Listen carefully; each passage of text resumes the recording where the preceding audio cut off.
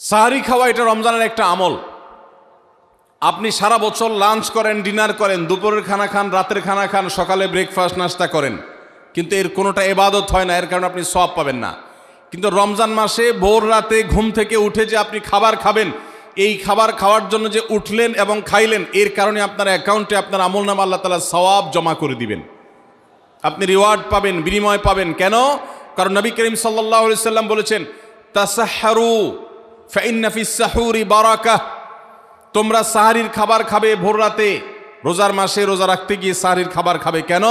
কারণ সাহারির যে খানা, এই খানাতে আল্লাহ তাআলা বরকত রেখেছেন।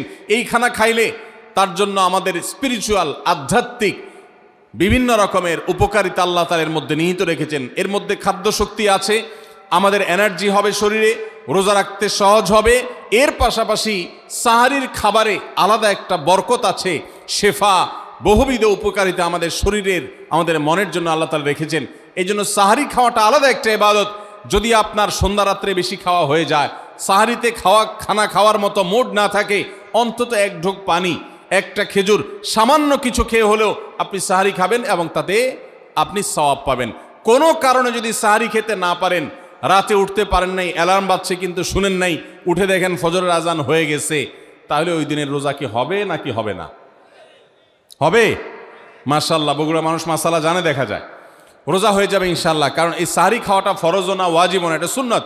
সুন্নত ছুটে গেলে ইবাদত হয় না, ব্যাপারটা সেরকম না। সাহারি তো খাবো ঠিক আছে, কিন্তু সেটা শেষ সময়ে খাওয়া, দেরিতে খাওয়া। সাহারি কি আগে খাবেন না শেষের দিকে খাবেন? শেষের দিকে। কেন? কারণ নবী করিম সাল্লাল্লাহু আলাইহি সাল্লাম বলেছেন, লা ইয়াজালুন নাসু বিখাইরিন মা আজ্জালুল ফুতুর ওয়া আখারুস সাহুর। এই উম্মত, মুসলিম জাতি ততদিন পর্যন্ত কল্যাণের উপর প্রতিষ্ঠিত থাকবে, তারা কল্যাণকে স্পর্শ করতে পারবে যতদিন পর্যন্ত তারা সাহারি তাড়াতাড়ি খাবে না দেরিতে খাবে? দেরিতে খাবে। আর ইফতার তাড়াতাড়ি করবে। তাহলে সাহারি দেরিতে খাওয়া হলো সুন্নত। আমাদের দেশে গ্রামে অনেক মুরব্বীরা এখনো আছেন, রাত 12টা, 1টা, 2টা বাজে সাহারি খেয়ে শুয়ে থাকেন। তারা চিন্তা করেন পরে খাইতে গেলে আবার বর্ডার ক্রস হয়ে যায় কিনা, সীমা লঙ্ঘন হয়ে যায় কিনা, রিস্ক নেওয়ার দরকার কি, এই জন্য 12টার সময় খেয়ে রাখি। এটার কারণে সাহারি খাওয়ার সওয়াব পাবেন ঠিকই, কিন্তু দেরিতে সাহারি খাওয়ার যে সুন্নত, সেই সুন্নত আদায় হবে না। এই জন্য দেরিতে খাবেন। দেরিতে খাওয়ার মানে আবার এরকম দেরি না যে আপনি আর মুয়াজ্জিন সাহেব দুজন কম্পিটিশন করছেন, আপনার হাতে খাবারের প্লেট আর মুয়াজ্জিনের হাতে মাইক, আপনি আগে শেষ করেন আর মুয়াজ্জিন আগে আজান দিবে, কম্পিটিশন চলছে। এত দেরি করে একেবারে লাস্ট মিনিট পর্যন্ত খাওয়া সুন্নত নয়। কথা কি বুঝাতে পারছি? কয়েক মিনিটের গ্যাপ রেখে তারপরে খাবার শেষ করবেন। কারণ নবী করিম সাল্লাল্লাহু আলাইহি সাল্লাম সাহারি খেয়ে শেষ করে ফজর নামাজ শুরু করতেন, এর মধ্যে 50টা আয়াত পড়ার মতো গ্যাপ রাখতেন, অর্থাৎ প্রায় 10 মিনিটের মতো একটা গ্যাপ থাকতো। এই জন্য আমরা একটা গ্যাপ রেখে তারপর সাহারি শেষ করব। অর্থাৎ ফজরের আজান যদি হয় উদাহরণস্বরূপ 5:25 বা 30, তাহলে আমরা 2-4 মিনিট আগে সাহারি খেয়ে শেষ করবো ইনশাআল্লাহ। তাহলে সাহারি দেরি করে খাওয়া, শেষের দিকে খাওয়াটা সুন্নত। আল্লাহ আমাদেরকে আমল করার তৌফিক দান করুন। রমজান মাসে সাহারির নামে একটা নতুন নাটক শুরু হয়েছে এদেশে, সেটার নাম হলো সাহারি পার্টি। আপনারা শুনেছেন? বিশেষ করে শহরের ছেলেফেলেরা, ইউ পোলাপান, তারা আজকাল ভোর রাতে বন্ধু বান্ধব সহ রেস্টুরেন্টে গিয়া সাহারি পার্টির আড্ডা বাইর করছে। শয়তানি এবং ফাইজলামির আর কোনো জায়গা নাই, সাহারির জন্য পার্টি বাইর করছে, তাও আবার ছেলে মেয়ে একসাথে মিলেমিশে। ভাইরা আমার, সাহারি খাওয়া ইবাদত, এবং সাহারির এই সময়টা দোয়া কবুলের সময়, তাহাজ্জুদের সময়। আল্লাহ তাআলা দুনিয়ার আকাশ থেকে ডেকে ডেকে বান্দাকে ক্ষমা করেন। এই সময়টাতে আড্ডাবাজি করা, এটা হতভাগা ছাড়া আর কারোর কোনো কাজ হতে পারে না। তাহলে রমজান মাসের রোজা রাখা এটা শুধু ফরজ না, মৌলিক ফরজ। নবী করিম সাল্লাল্লাহু আলাইহি সাল্লাম বলেছেন, যদি কেউ জীবনে একটি রোজাও শরিয়া গ্রাহ্য ওজর ছাড়া কেউ যদি ভঙ্গ করে, রোজা না রাখে, রমজানের পরে যদি সে সারা জীবনও রোজা রাখে, দায়মুক্ত হয়তো হয়ে যাবে। সে কাজা আদায় করেছে, কাফারা আদায় করেছে, দায়মুক্ত হয়তো হয়ে যাবে, কিন্তু রমজানের একটা রোজা রেখে আল্লাহর কাছে যে পরিমাণ মর্যাদার অধিকারী হওয়ার কথা, সারা জীবন রোজা রেখেও রমজানের ওই একটা রোজার ক্ষতিপূরণ করা সম্ভব নয়। এই জন্য সবাই রমজান মাসে ফরজ রোজা রাখবো তো ইনশাআল্লাহ। সকল প্রাপ্তবয়স্ক সুস্থ ইমানদারের জন্য রমজানের রোজা রাখা ফরজ। ভাইরা আমার, পৃথিবীতে আজ অনেক বিজ্ঞানী রোজা বা ফাস্টিংয়ের উপরে গবেষণা করে অনেক বড় বড় পদক, অনেক বড় বড় পুরস্কার জিতেছে। এখন ডাক্তাররাও আমাদেরকে বলে যে একটা সময় আমরা যেন ফাস্টিং করি, একটা সময় আমরা যেন না খেয়ে থাকি, এটা আমাদের স্বাস্থ্যের জন্য ভালো। নবী সাল্লাল্লাহু আলাইহি সাল্লাম সেই ১৫০০ বছর আগে আল্লাহর দেয়া বিধান আমাদেরকে জানিয়েছেন। রমজানে পুরো মাস রোজা, শাবানে মুহররমে বেশি বেশি নফল রোজা, সোমবার বৃহস্পতিবার সাপ্তাহিক রোজা, চাঁদের ১৩, ১৪, ১৫ আইয়ামে বীজের মাসিক রোজা। নিয়মিতভাবে এই রোজা, এই সিয়ামগুলো যদি পালন করি আমরা, তাহলে আল্লাহর সন্তুষ্টি এবং জান্নাত লাভ যেমন হবে, ঠিক একইভাবে আমরা দুনিয়াতে সুস্থ সবল থাকতে পারবো। আমাদের শরীরে অতিরিক্ত যে চর্বি তৈরি হয়, বিশেষ করে আজকের বিশ্ব বাস্তবতায়, এই চর্বিগুলোকে বার্ন করার জন্য রোজার কোনো বিকল্প নাই। যদিও চর্বি বার্নের উদ্দেশ্যে রোজা রাখলে সে রোজা রোজা নয়। আমাদের উদ্দেশ্য হবে আল্লাহর সন্তুষ্টি অর্জন, পাশাপাশি পার্থিব উপকারিতা এমনি পেয়ে যাব। আল্লাহ আমাদের সবাইকে রমজান রোজা রাখার তৌফিক দান করুন। ভাইরা আমার, নবী করিম সাল্লাল্লাহু আলাইহি ওয়াসাল্লাম তিনি বলেছেন, যে ব্যক্তি রমজানে ঈমান এবং ইখলাসের সাথে আল্লাহকে খুশি করবার জন্য রমজান রোজা রাখবে, আল্লাহ তার পূর্বের সমস্ত গুনাহ মাফ করে দিবেন। অনেক যুবক আছেন গ্যাস্ট্রিকের অজুহাতে, অনেকে আছেন প্লাস্টিকের অজুহাতে রোজা রাখেন না। কারো গ্যাস্ট্রিক, কারো প্লাস্টিক। সামান্য একটু রোজা রাখতে যে যুবক পারে না, সে নিজেকে মুসলিম দাবি করে কোন মুখে? মাত্র ১২-১৪ ঘন্টা যে না খেয়ে থাকার মতো চ্যালেঞ্জ নিতে পারে না, সে আবার কিসের মুসলমান দাবি করে নিজেকে? এই জন্য ভাইরা সবাই রোজা রাখবো তো ইনশাআল্লাহ। বাসা বাড়িতে বাচ্চাদেরকে কৈশোর বয়স থেকে তাদেরকে রোজা রাখতে শেখাবেন।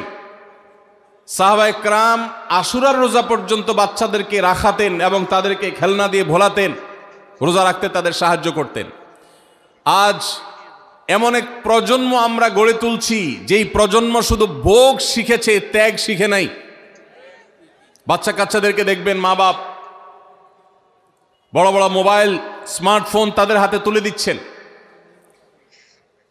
তারা মুখ দিয়ে কোনো কথা বললেই সেটা নেওয়ার জন্য, কেনার জন্য বাপ মা অস্থির ব্যাকুল হয়ে যাচ্ছেন। তাদেরকে সংগ্রাম, ত্যাগ, চ্যালেঞ্জ নেওয়া, এগুলো তাদেরকে শেখাচ্ছেন না। মনে রাখবেন, ভোগ করতে কোনো যোগ্যতার দরকার হয় না, ত্যাগ করতে যোগ্যতার দরকার হয়। ভোগ করতে সবাই পারে, ত্যাগ করতে সবাই পারে না। এই জন্য সন্তানকে ভোগ নয়, ত্যাগ শেখাতে হবে। আল্লাহ আমাদেরকে তৌফিক দান করুন।